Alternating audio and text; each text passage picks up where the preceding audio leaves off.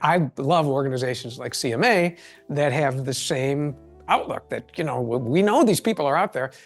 Our job, and with your presenters, is are we going to find these people? And what are we going to do to get the money to be able to do this kind of thing? There's something really powerful about that, and that is something to celebrate and be optimistic about.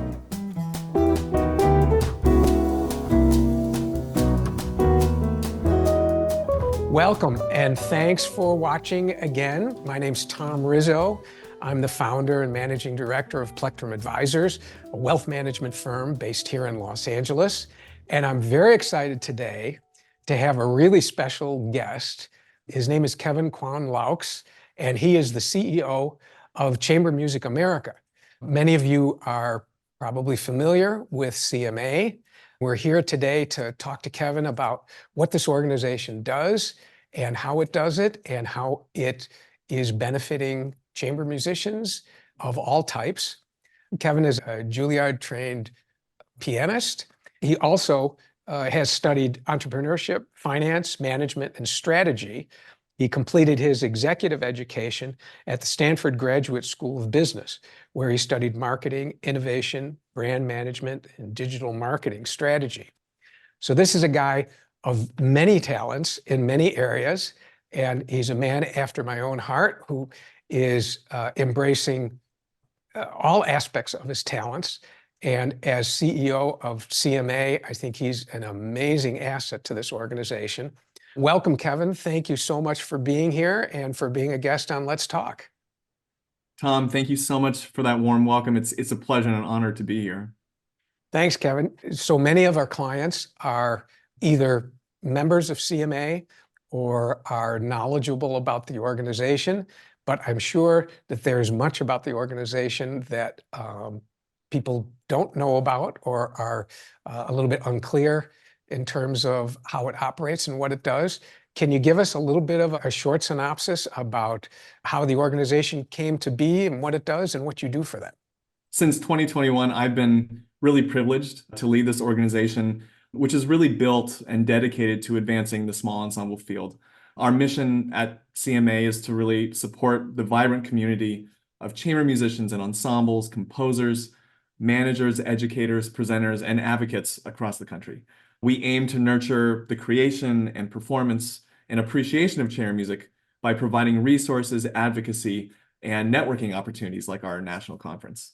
You recently just had a conference in New York in January, I believe. Is that correct? Yes, it was a tremendous success. It's a special event, being able to bring together chamber music professionals from across the country to be able to do those things, to network, to share best practices, and to really explore new opportunities for collaboration. I would say some of the highlights for me, we had a lot of partnerships in place. We were working with the American Composers Forum and the Boulanger Initiative Concept Lab, the Grammy-winning Ataka Quartet. They headlined some really innovative programming for composers and creators and new music advocates. We had a really special evening dedicated to the Cleveland Quartet. It was just absolutely dazzling, being able to honor their legacy, featuring performances from Borromeo Quartet, the Parkers, and the Veronas, all former Cleveland Quartet Award recipients at CMA. And we also had these incredible distinguished keynote speakers, the visionary Paola Prestini, who's the founding artistic director and CEO of National Sawdust. We had an LA native, Pulitzer Prize-winning composer Michael Abels, NEA jazz master Terry Lynn Carrington, and the incredible Dr. Maria Rosario Jackson, the 13th chair of the National Endowment for the Arts. So it was just a really special convening, and my second in person, because of course during the pandemic they were virtual. So really, really fun. I assume you also had performances at the convention. Can you talk a little bit about those? Sure. It's a big component. It's something that we love showcasing. Ensembles from all these different genres were performing. And of course, that Cleveland Quartet Jubilee offered a really memorable evening of music making. But in addition to those things, we also have panels bringing experts together from the field, discussing all sorts of really interesting topics, some of which I think would be a perfect fit for you and the kind of work that you are doing. Because again, we're trying to find ways to offer best practices, advice, and networking and learning for our constituents, because I think there are a lot of challenges out there right now. And so our job is to really find those connections and try to create them for our stakeholders. It's been our mission here in Los Angeles to try to support freelancers, musicians, composers, conductors, that kind of thing, specifically on the financial end. And it's an unfortunate fact that most musicians have poured 100% of their energy into perfecting their craft and into networking and doing whatever they can to continue to generate work for themselves and their ensembles, or as a composer for their works. And what gets left by the wayside, unfortunately, is financial planning, understanding how to invest, understanding compounding, that kind of thing. And I would think that in your organization, some of these areas that are not paid attention to enough, especially in the early phases of a musician's career, are important to your members.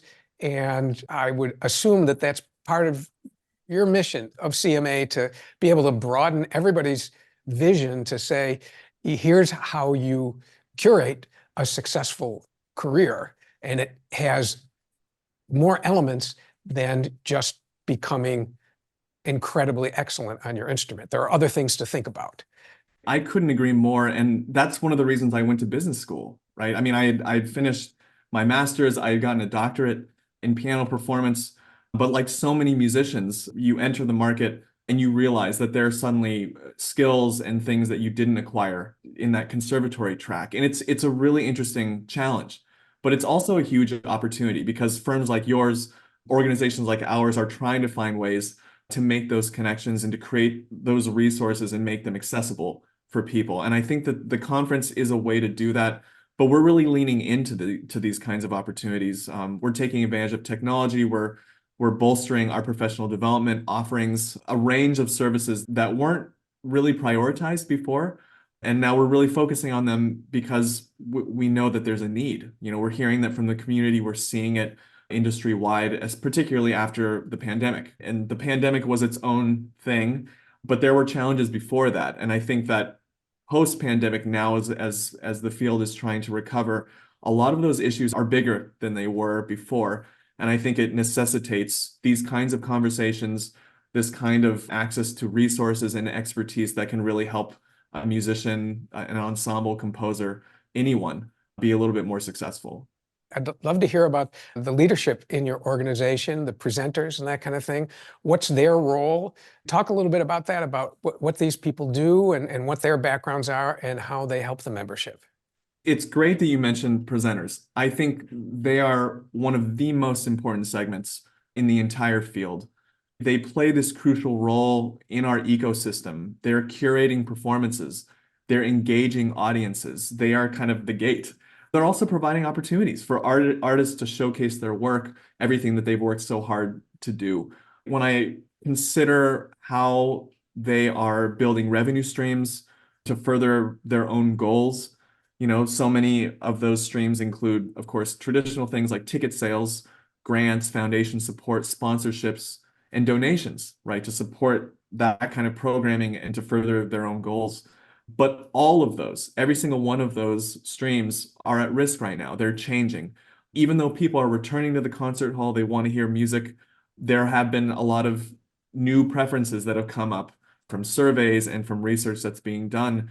A lot of presenters that I'm in touch with are seeing drops in subscriptions, which is kind of their bread and butter. The subscription package is essential for presenters because it allows them to really forecast what their year is going to look like. And so even though they will always be open to single ticket buyers and sales in that manner, it's harder to plan.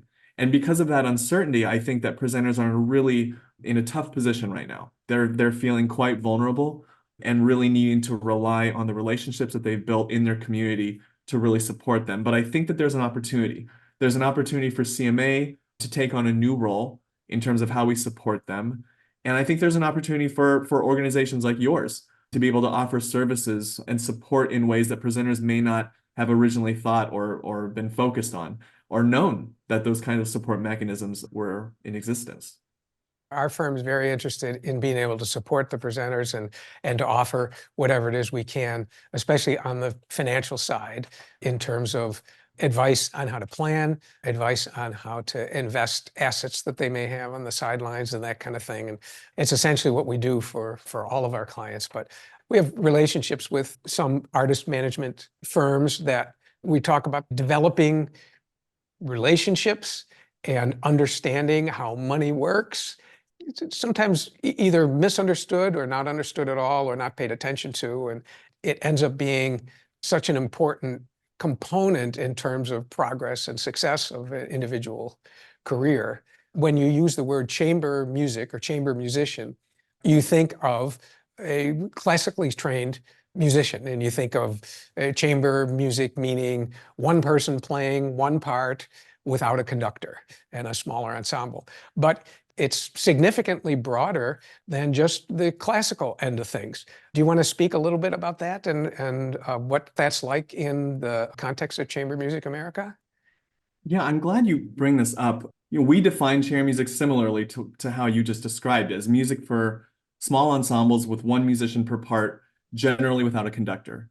I think rooted in this conviction that music professionals thrive through collaboration, we're really focused on cultivating a diverse membership that spans genres and styles and traditions, but that there's this unifying property. And we're united by this really profound cultural value and unique power of music making in this context. It's amazing to me that this organization has long embraced other art forms as chamber music, jazz, and world music, because so many of the characteristics are the same. And we're all just making music together, we're communicating, we're expressing, and the style may be different, but I would say that we're more similar than we are different.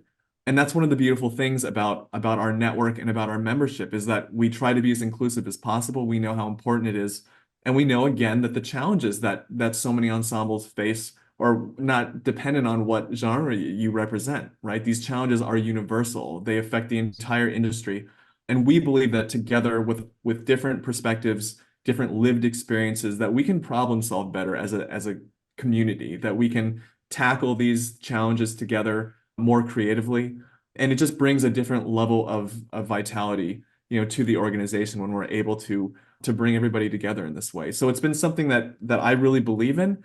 As a young musician myself, I played jazz as much as I played classical. I played trombone, and it was an incredible experience. I would say I think in high school, I learned more playing trombone in small ensembles than I did playing piano, which is a very solitary existence. Practicing by yourself, going to your lesson with one other person, going back to practice by yourself. I mean, making music with other people is an essential part of the human experience, I think. Acknowledging and supporting and uplifting all forms of music making is something that we all believe in. And I think it's one of the hallmarks of CMA, and I'm really proud of that.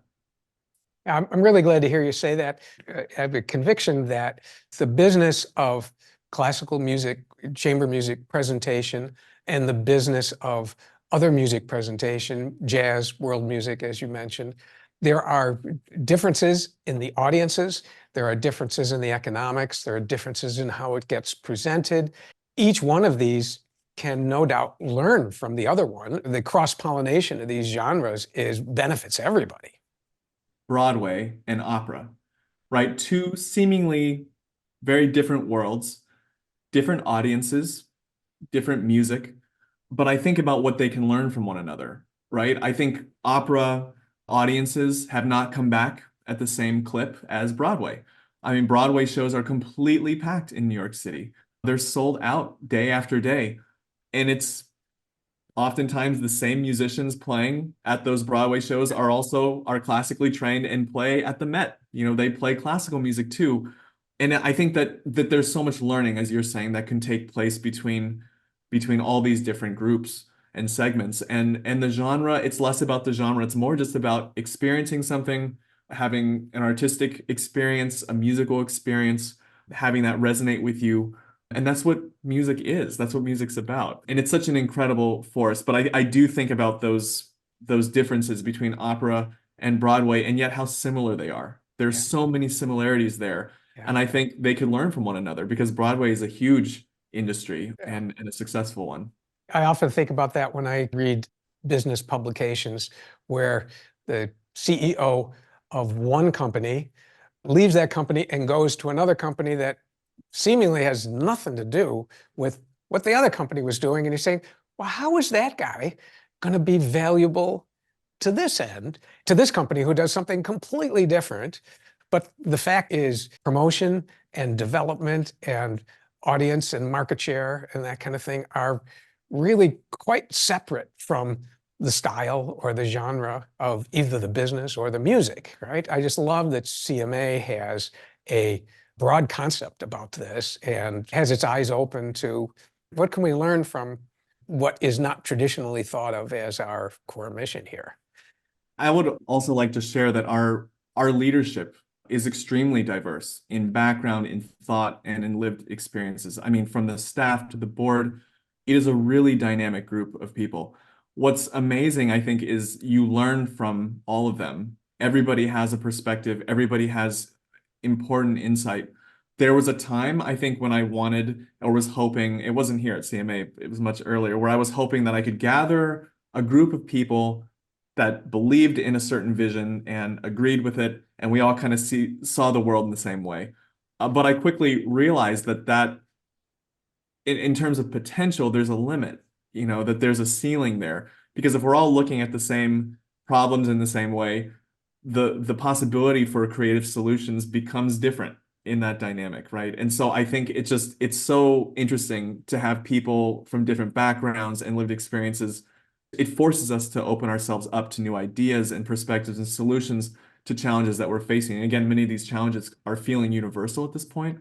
I'm really proud of the construction of our board and staff. And I think that we try to get all of those diverse perspectives in. And I think that it then creates better outcomes for us when it comes to programming, like the conference, right?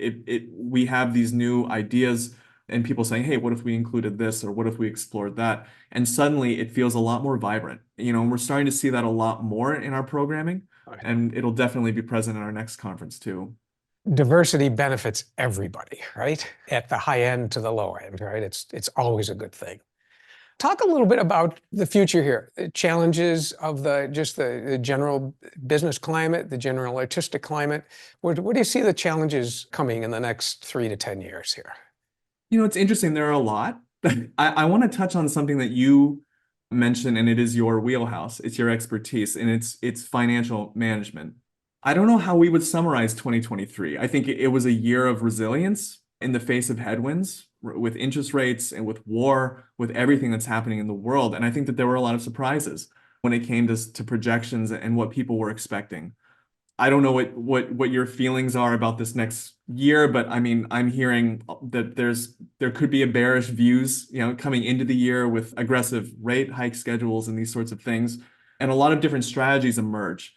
Global diversification, large cap, led to these kind of equity returns. What do we do? And so I think just from the business perspective, from the investment perspective, organizations need to be thinking about these things, and especially because of that uncertainty and the surprise that we got last year.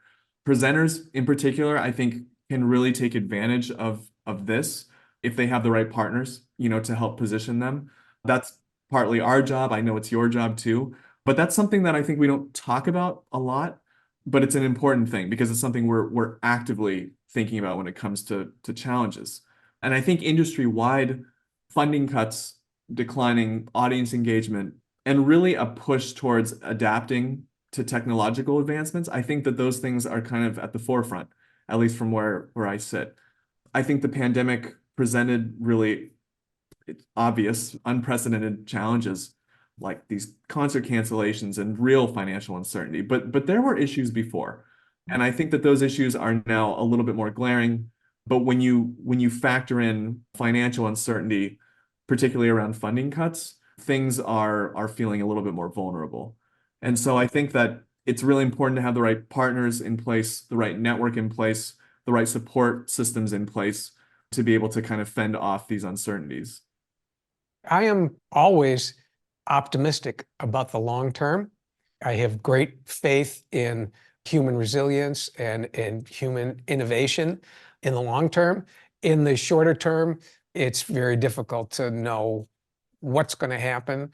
But in positioning anybody in terms of the way we provide advice and that kind of thing, we always like to focus on what's your goal? What do you want to do? And that means what do you want to do in the near term, in the midterm, in the long term. I've been an investor for so long that I have developed just a very positive outlook on any long-term strategy. And that needs to be incorporated in your short-term plan to know that we know this is going to work. That's not to say we might stumble and take a couple of wrong turns along the way, but we know it's going to work because we have good intentions, a good thing to offer. We know there's an audience out there for these things. We may not be reaching them at the moment, but we know the audience is there. I'm a big fan of guitarist and composer Pat Metheny, and I know he had an experience of changing record companies halfway through his career from ECM to Geffen Records. And he said he was just shocked that when he got over to Geffen, that they were able and had the resources to promote him in ways that ECM just didn't have. It was a smaller label and just the style of the way they did business. And he said he was just shocked that just with just a little bit of help, all of a sudden his audience increased significantly. Same music, same musicians, same composer, but all of a sudden with just a little bit of help, there was a much, much bigger audience. And I kind of feel the same way about any kind of high-level music, that there's an audience out there. It's our job to figure out how to get them, how to present to them, how to find them, how to figure out how to communicate with them, that kind of thing. But that's different than saying, there's not enough people that like this music. And I love organizations like CMA that have the same outlook, that, we know these people are out there. Our job, and with your presenters, is, are we going to find these people? And what are we going to do to get the money to be able to do this kind of thing?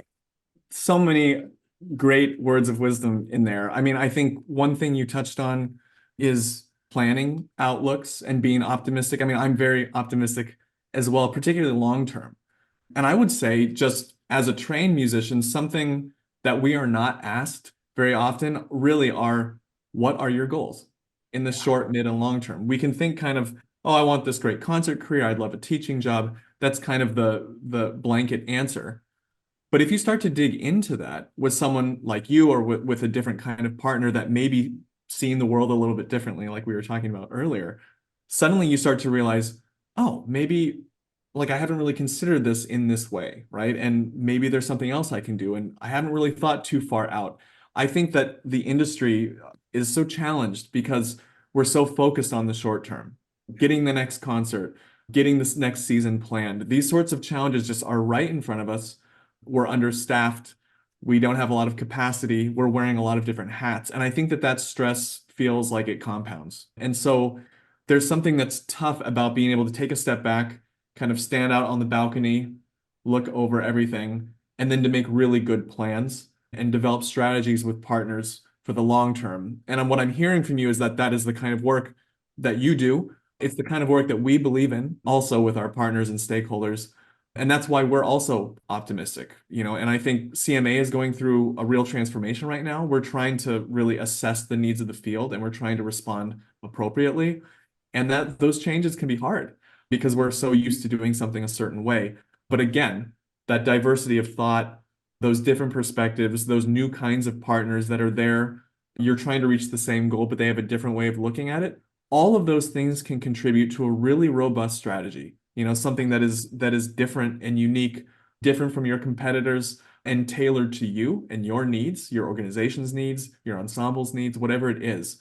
There's something really powerful about that. And that is something to celebrate and be optimistic about. I think that's something that can really differentiate a success story and something that was a little bit lackluster. I agree, Kevin. Well said. If people watching this would like to learn more about CMA, or would like to learn about joining CMA to see if it could benefit them, how would they go about that? Visit our website. It's a great portal. It describes some of the work that we do. You can find information about our national conference, the various things that our membership offers. I would like to personally invite anyone, and everyone to join, to come check us out. We're extremely inclusive. We feel like there's something in there for everyone. I would say just come join us, be part of our network and our community. You have another conference planned for 2025, is that correct? That's correct. The location is a surprise. We've not announced it publicly yet, but it's not going to be in New York City. For the first time in many, many years, we're going to be in a new region. And this is part of our commitment, to empowering music making everywhere. We are a national service organization, not just serving the Northeast. So this is really a priority for us. And again, it's something that we've been listening to. We're hearing this from our stakeholders, from our members, that they want more access to the kinds of things that we offer. And so it is in response to that. And we're so excited to be announcing that very shortly.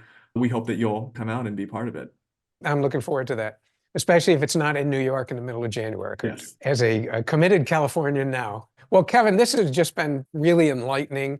I knew a little bit about CMA. My wife is a violinist, a classical musician, and she's a member, and I knew a little bit about it, but I wasn't as familiar with all the things that you guys do. And I'm just thrilled that you're at the helm of this thing, directing this, and all of the great ways that you think about how to get things done. I look forward to maybe doing another one of these, maybe a little bit closer to your conference in 2025, where we can bring some information about that conference and what value it might bring to people who might want to attend the conference, myself included.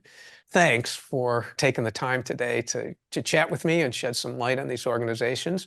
Once again, this is Kevin Kwan Loucks, the CEO of Chamber Music America. If you're interested in learning more about CMA, go to their website. And we want to just thank you at home for watching our podcast here. Once again, my name's Tom Rizzo, and I'm the founder and managing director of Plectrum Advisors, a wealth management firm based in Los Angeles, serving primarily the freelance community of musicians, composers, conductors, and anybody else who tries to make their way in a different way than most other people. We provide financial advice and investment expertise for that.